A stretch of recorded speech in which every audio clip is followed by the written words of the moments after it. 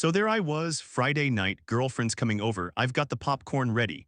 We're about to watch this new thriller everyone's been talking about. And my TV decides now is the perfect time to update. Not ask, not warn me during the day, just a loading bar 15 minutes, and you know what the worst part is? I paid $800 for this thing, it's supposed to be smart. But here's the thing nobody tells you at Best Buy, your smart TV has an expiration date and it's a lot shorter than you think.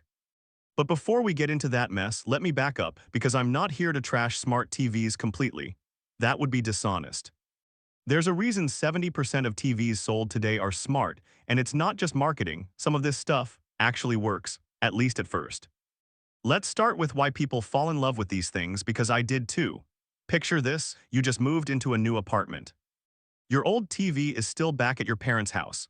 One of those thick boys from 2009 that weighs 40 pounds and has exactly 3 HDMI ports, 2 of which don't work anymore. You walk into the store and the salesperson shows you this sleek panel, 4K HDR, and then they say the magic words, everything you need is already built in.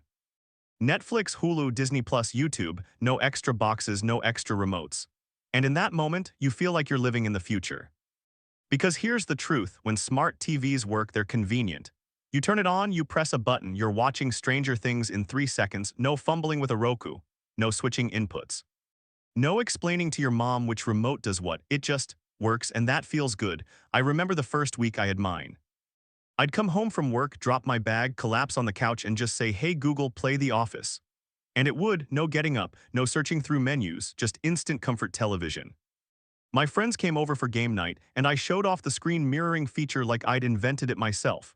"Watch this," I'd say, casting YouTube videos from my phone to the 70-inch screen. They were impressed, I was impressed with myself. For those first few weeks, I genuinely felt like I'd made a smart purchase. Then there's the voice control thing, I'll admit it. The first time I yelled, "Hey Google, play The Office" from my couch and it actually did it, I felt like Tony Stark. My friends were impressed, my dog was confused. For like 2 weeks, I controlled everything with my voice just because I could. Lights, volume, even asking it the weather while I'm standing 3 feet from a window. It's stupid. But it's also kind of amazing. And if you've got other smart stuff, like if you're one of those people with the Alexa speakers in every room, the smart lights, the robot vacuum named Gerald, the smart TV just slots right in. Everything talks to everything. You can cast your phone to the screen when your uncle wants to show everyone his vacation photos for the 9th time. You can mirror your laptop for a presentation. You can even use it as a giant digital picture frame when you're trying to convince guests your life is more interesting than it is. One time, I had people over for the Super Bowl. We were watching the game, obviously, but during halftime, someone wanted to show us this absolutely insane dunk from a college basketball game. 10 years ago, that would have meant everyone huddling around a phone. But with a smart TV, 3 seconds later it's on the big screen, everyone can see it. The replay, the slow-mo. The collective O from 8 people at once. That's the magic right there, that's what they're selling you, and in those moments it delivers, I'm not being sarcastic. This stuff legitimately makes life easier for a while, and that's where things start to get weird because nobody tells you what happens in year 2. Let me paint you another picture. Same TV. Same couch 18 months later. You press the Netflix button and it thinks about it. Like really thinks, 5 seconds, 10 seconds, you press it again because you think maybe it didn't register. Now it's loading 2 instances of Netflix and the whole interface freezes. You're sitting there holding the remote like an idiot, wondering if you broke something, and then it just catches up. All at once, opens Netflix twice, closes one, you're in, cool, great, that only took 45 seconds, and you think, okay, weird glitch. But then it happens again the next day. And the day after that, and now your smart TV is slower than your laptop from 2015. The apps take forever to load, the home screen lags. Even the volume control has a delay, so you press it 3 times and suddenly you've deafened yourself. What happened? You didn't drop it, you didn't spill anything on it, you just used it. Like a normal person, and somehow it got dumber. Here's what they don't put on the box: smart TVs have processors, tiny, cheap ones. Because TV manufacturers aren't tech companies, they're panel companies who got peer pressured into adding apps. So they slap in the cheapest CPU that can run Netflix at launch, and they call it a day. But apps get updated, streaming services get heavier. That processor that was fine in 2022, by 2025 it's wheezing. Think about it like this. You know how your phone from 3 years ago starts feeling slow? Same thing, except you can upgrade your phone. you can't upgrade your TV's brain. You're stuck with whatever chip they installed at the factory. And that chip was budget tier to begin with because TV companies are in a race to the bottom on price. Samsung, LG, Sony, they're not trying to build you a computer. They're trying to sell you a screen and convince you that you don't need anything else. So they use processors that cost them $12 instead of $60. And for the first year you don't notice. The apps are lighter, the software is optimized, everything's fine. But then Netflix rolls out an update that adds 4K thumbnails. Hulu redesigns their interface with more animations. Disney Plus starts preloading trailers in the background. And your TV's little budget CPU is suddenly doing 3 times the work it was designed for. And this is where it gets stupid, because your TV will still look perfect. The screen, gorgeous colors. Incredible, it could last you 10 years easily. But the smart part, that's toast in 3, and you can't upgrade it. You can't swap out the processor like a PC, you're just stuck. With a beautiful, expensive screen that takes 30 seconds to open Hulu. So what do most people do? They buy a Fire Stick, or a Roku, or an Apple TV. They plug it into the same HDMI port and completely bypass all the smart features they paid extra for. I've got a friend who bought a $1,200 LG OLED, top of the line, and within 2 years he was using a $50 Chromecast because the built-in software became unbearable. Think about that. He's using 15% of what he paid for, and he's not alone, I see it everywhere. My coworker has a brand new Samsung Frame TV, you know, the fancy one that looks like art when it's off.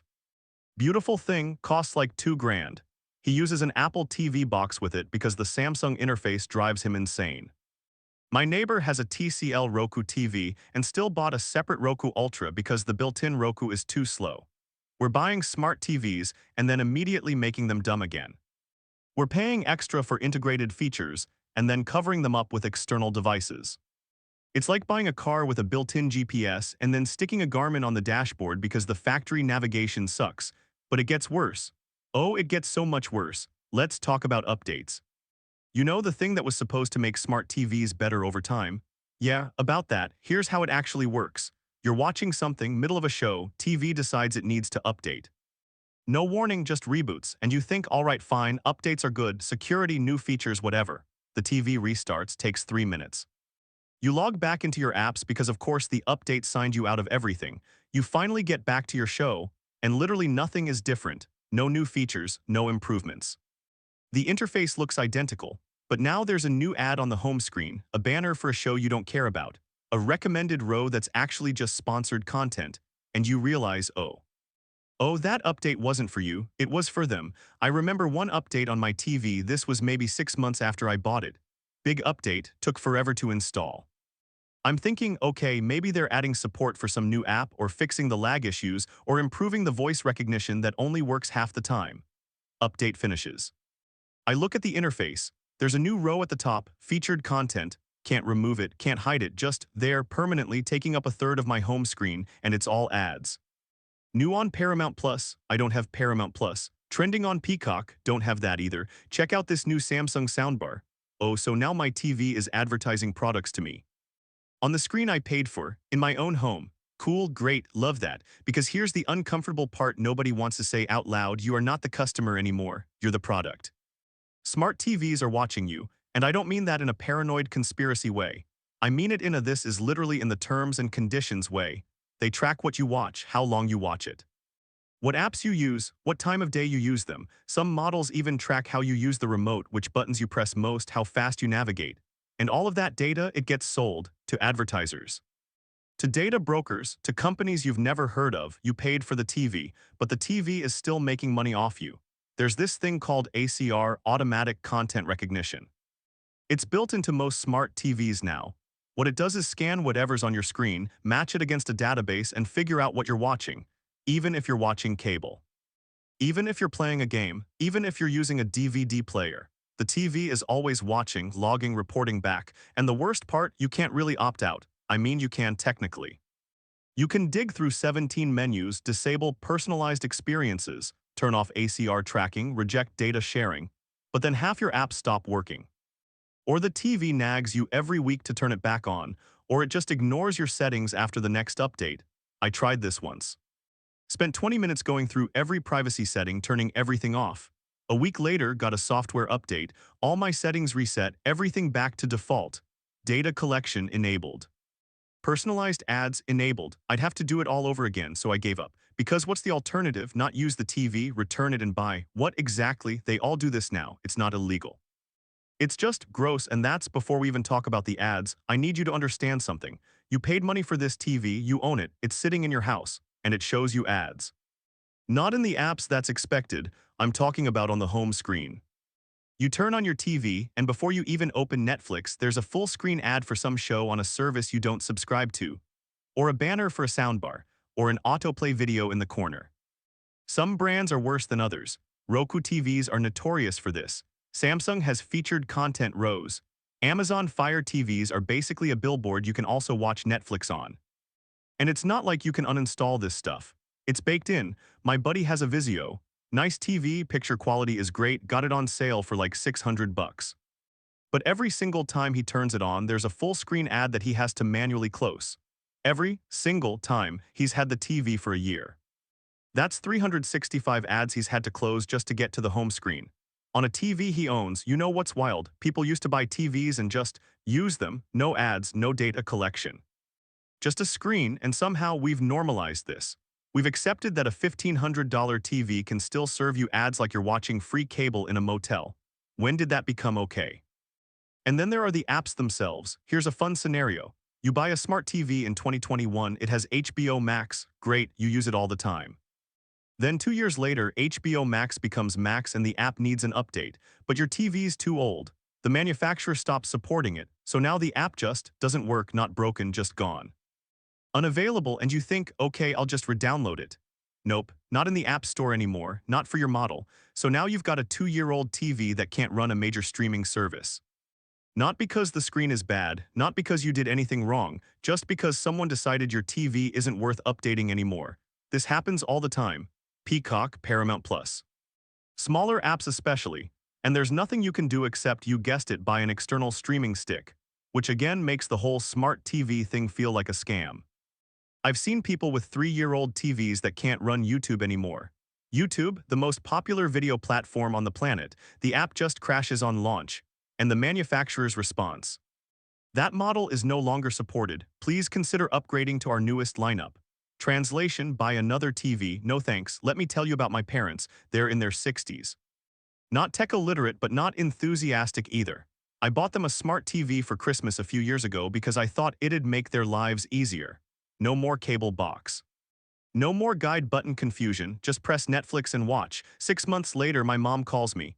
The TV's broken. I drive over, the TV is not broken. She accidentally switched the input to HDMI 3. Which is nothing, and now she's on a blank screen and doesn't know how to get back.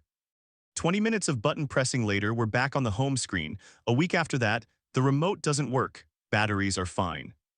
Turns out she pressed the microphone button by accident, and now the TV is waiting for a voice command, and she doesn't know how to cancel it. Month later, why is everything in Spanish? I don't know, Mom, I really don't. And here's the thing, it's not her fault. The interface is confusing. There are too many buttons, too many menus. Too many settings that reset themselves.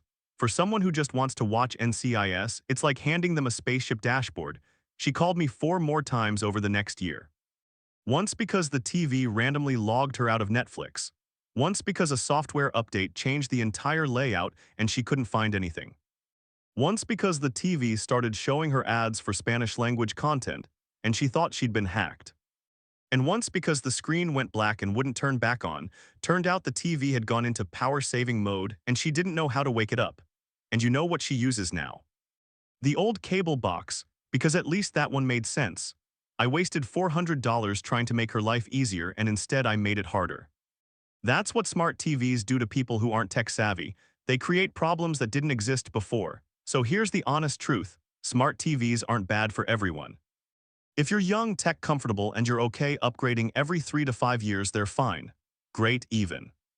If you're already deep in an ecosystem, Apple everything, Google everything, Amazon everything, then yeah, the integration is nice. But if you want something that just works and keeps working for a decade, you're better off buying a dumb TV, if you can still find one, and adding your own streaming device. Because here's the secret, a good panel lasts 10 years, good smart features last 3, And you can replace a Roku stick for 50 bucks. You can't replace a TV's brain, the screen is forever. The software is temporary, and I think that's what bothers me the most. I've got a TV in my bedroom that's 8 years old, it's not smart, just a plain old 1080p panel with HDMI ports. I use it with a Fire Stick, and you know what? It works perfectly every single time. No lag, no crashes, no forced updates at midnight. I press a button and Netflix opens in 2 seconds, that's it. That's all I want. Meanwhile, my smart living room TV that costs 3 times as much, it's a daily frustration. I've restarted it more times than I can count. I've factory reset it twice. I've disabled features, changed settings, updated firmware, and it's still slower and buggier than the 8-year-old dumb TV with a $50 streaming stick. What does that tell you? Because here's the thing nobody wants to admit. Most people don't hate smart TVs. They hate how fast they become dumb. They hate that something they spent $1,000 on starts feeling outdated before the warranty expires. They hate that the smart part, the thing that cost extra, the thing that was supposed to be the future, is the first thing to fail. They hate that they can't just own something anymore without it collecting data, showing ads, and nagging them to update. And the worst part, we all just accept it, because what's the alternative? Not own a TV, so we buy them, we deal with the lag, we skip the ads we can skip. We restart them when they freeze. We plug in external devices to fix the problems that shouldn't exist. And we tell ourselves it's fine, but it's not fine, it's just normalized. I was talking to a friend the other day, he just bought a new TV, 85 inches, OLED, top of the line. 2,500 bucks. And the first thing he said to me was, yeah, it's great. I'm using my Apple TV with it though because the built-in software is garbage. He hadn't even owned it for a week. Brand new TV, already bypassing the smart features, and he didn't seem bothered by it like this was just expected. Of course the smart features don't work well. Of course you need an external device. That's just how it is now, and maybe that's the saddest part. We've been conditioned to accept that the thing we paid for doesn't actually do what it's supposed to do. We've lowered our expectations so much that it turns on feels like a victory. So here's my question for you. Next time you're looking at TVs, ask yourself, how long do I actually want this to last? Because if the answer is more than 3 years, maybe spend less on the smart and more on the panel. Maybe get something good and add a Roku later. Maybe just stop paying extra for features that expire, because your TV should outlive the software inside it. And if it doesn't, that's not smart. That's just planned obsolescence with a voice assistant. Think about what you actually need. Do you really need the TV to have built-in apps, or do you just need a great screen that displays whatever you plug into it? Because I guarantee you, 5 years from now, whatever streaming stick you buy will be faster and better than whatever's built into the TV today. The TV companies know this. They're betting on you not caring. They're betting that you'll be so dazzled by the 4K HDR QLED quantum, whatever display, that you won't think about what happens when the software ages out. And for most people that bet pays off. But it doesn't have to. You can buy a TV for the screen, just the screen, and handle the smart part yourself with something you can replace when it gets old. Or you can keep buying integrated smart TVs and keep dealing with the lag, the ads, the updates, the data collection.